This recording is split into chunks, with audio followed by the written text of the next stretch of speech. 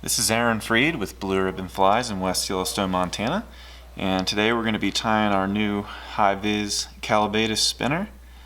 We're starting with a standard dry fly hook, size 16. Dairiki 320 or TMCO 100 are both good options. And the thread is an 8/0 uni thread in rusty dun. And we're going to start by wrapping back to the bend and tying in a couple of mayfly tails.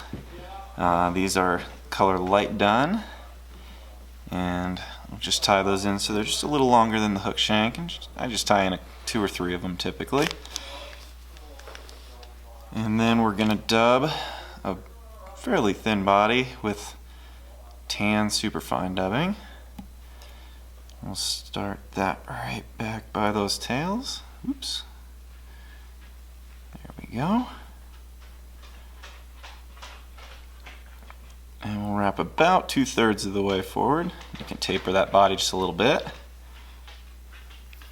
And we'll tie in a clump of white EP fibers for the spinner wings. Just figure 8 those down.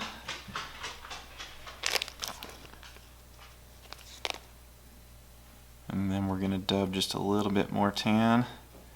Super fine, just right around the base of those wings.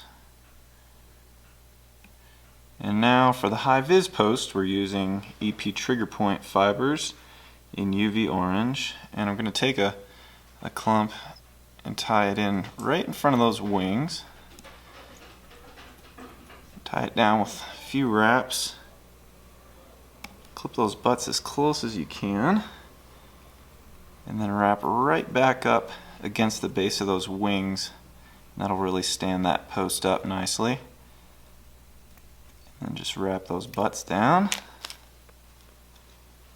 And then I'll dub a really thin layer of tan superfine just over the base of those butts. So we've already got quite a few wraps there, so I try to keep this fairly thin just so it's not super bulky. And then we'll go ahead and whip finish. Go ahead and trim the thread. And then just sweep the wings and that post all back together. Trim them about the length of the shank back even with the bend. And there you have it, Hi-Vis Callibaetis spinner. Super helpful on those days out on the lakes where there's so many bugs on the water that it's hard to keep track of your fly.